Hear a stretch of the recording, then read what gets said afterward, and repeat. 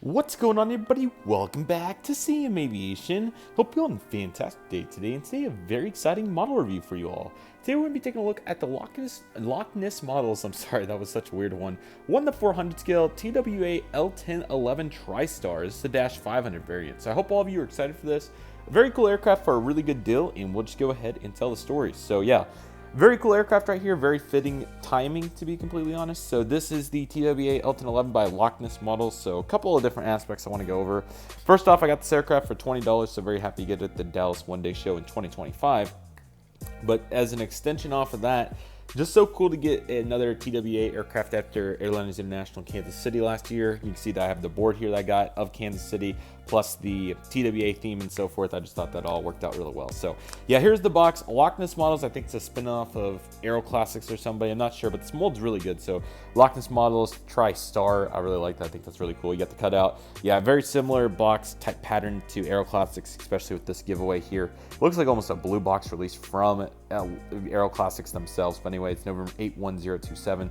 Again, $20, got a very good deal on it. So it's a Dash, or I think it might be a Dash 1 actually. I take that back. I'm sorry. Still learning my variants. But anyway, we have some sort of whatever that is in the water, and it says Loch Ness Model Company taking the mystery out of collecting. So quite fascinating here with all the blue boxes and so forth that we get from Aero Classics and the other manufacturers, but that's definitely a little bit of a hint. So very fitting to have the TWA L1011 here on the Kansas City board. If you watch back my Airliners International videos from last year, you'll note that there was several plane spotting pictures, and one of those actually, I believe, from John Davidson was at L1011 in Kansas City. I think that was 1979. So I think I actually made the thumbnail of that video. So yeah, very cool model to get for $20. I believe it was with the, I think it's twin stripes, but it could have been the Globes livery. Anyway, this is that Globe livery, so it's cool to have it. So now I have that 747 SP, I have the 75, 71, so I'm building a pretty decent little TWA fleet here, slowly but surely. Not really even intentionally, just kind of happening. So all that said, we won't waste any further time, and I'll go ahead and adjust this camera and get it in position.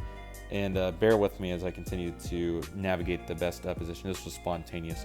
Mom was late to dinner, so I'm just trying to capitalize on all of what I'm doing here. So, and that includes filming when I can. So that being said, let's go ahead and get started. Got the cockpit windows here with the nose cone, then you got the visor piece right here, and you got the really cool silver underbelly. It certainly looks really nice, and I think they did a good job of composing it and putting it together. So that looks real nice. We have a hatch piece right here, and then you have some sort of piece right there as well. It might be just TWA or 1011. I think it's L1011 is what it looks like. Got a couple of panel details up here, and then you got the L1 door.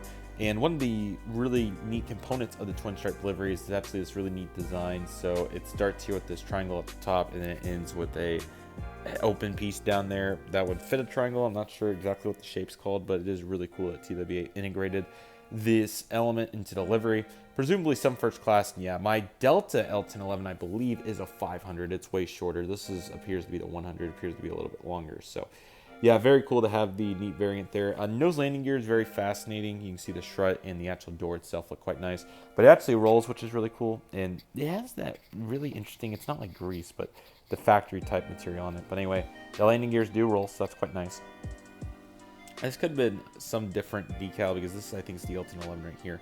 But anyway, there's the 10 TWA globes right there. That certainly looks quite nice, and overall they did a good job putting that entire scope together. So again, you got the first class up here, and then back here you have some of the business and so forth. So pretty cool. Definitely interesting cabins at the time. There's no doubt about that. We'll definitely take some more aviation history lessons, and Airliners International this year in Atlanta will be a great opportunity to learn about all the Delta and AirTran and various other airlines that flew to Atlanta and what their history looks like. So definitely stoked for that, and I hope all of you are excited for the videos on that.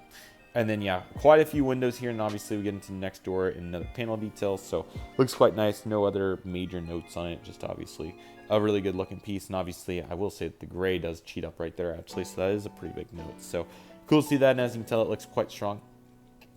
Go ahead and get a nice angle here on this aircraft. You can see the slots right here, really good indentations, definitely very prominent, very visible, so certainly happy to see that. And you also have the engine right here as well, along with some panel details. So all that came together very nicely, and all of it looks really good, so certainly happy to see that, and definitely came together very well. Taking a look at the back portion of the wing right here, you can see the speed brakes certainly looking strong as well. So very happy with how that turned out. And yeah, it's a very interesting metallic color, so certainly very interesting. And I'm just trying to see, it seems like there's almost an indentation there, but I think it's just that long of a shadow from the light. So love these long summer days, could never get enough of them. I'm going to be definitely a little bummed out when my parents move out of this house. It's a really great setup, but that means that there's going to be more opportunities for us, and hopefully I'll be able to get my own setup that does feature lighting that's hopefully really good. I don't know if it'll be quite this good, but hopefully, obviously, you know, good light in some capacity. Back to the aircraft, though, I'll show you the main landing gears more in a moment. You have the L3 door right here and the L4. It's certainly interesting how close they are together. I really get into this in the massive unboxing, but I was just real fascinated by how close they are to each other. I think I got into in the video, it might be a minimum requirement, honestly, I'm not sure, but anyway, you can tell this door is really small, so yeah, it's certainly fascinating how they went about this particular design, so you can certainly see those aspects of it there. But yeah, the rest of the passenger windows, and there's the shape outline that I was kind of talking about right there. It's a pretty cool streak piece off, so that's certainly nice and definitely awesome to get to see that for sure, so that's looking pretty strong. You got the third engine here, of course, with its exhaust back here. Such a fascinating design, obviously very unique at that time. But yeah, 1011 here, obviously for the L1011, then that registration again, I think it's 81827, so looking nice right there. Here's the horizontal stabilizers. You got the piece right there, and obviously that takes us into the actual horizontal stabilizer itself, which does look pretty nice. They did a good job on the actual composite aspect of it, and it certainly has some nice detail on it. Then you have the panel detail here, US flag, and here's the TWA twin globes symbol right here. Looks pretty nice, and they did a good job with the printing of that. Love that. You once again have the exhaust, as I mentioned, all that came together very nicely. Quite fitting to be on this MCI board as well before they got done with the downtown airport, of course, which is quite the story in and of itself. But the TWA Museum actually is at the downtown airport, so definitely check it out when you get a chance. And across the ramp, you're going to find the L1011, which is just so cool to see that from across the ramp, and the reverse MD-82. So very fascinating. There's so many cool pieces in there. There's a really good look at that nose landing gear and kind of what I was hinting at with that. It certainly looks quite nice, so that's cool. You got the baggage door right here in the front, and you also have the smaller one right here, but between the R3 and R4 door. Certainly very prominent and very cool to see that, so very happy with that. And I'm trying to see if it went in the macro, which I don't think it did, surprisingly. Seems like it's just shaking quite a bit. Yeah, I knew it. I can just tell when the camera goes in the macro. Just, it's so obvious. Top of the aircraft looks really nice, so certainly happy to see that. It's looking very strong. And the bottom of the aircraft also looks really nice. Got the stand tool there. A couple more panel details. There's the polished belly. Once again, you can really see. And then let me get you a good look at these main landing gear, because they are honestly really pretty cool. So here they are.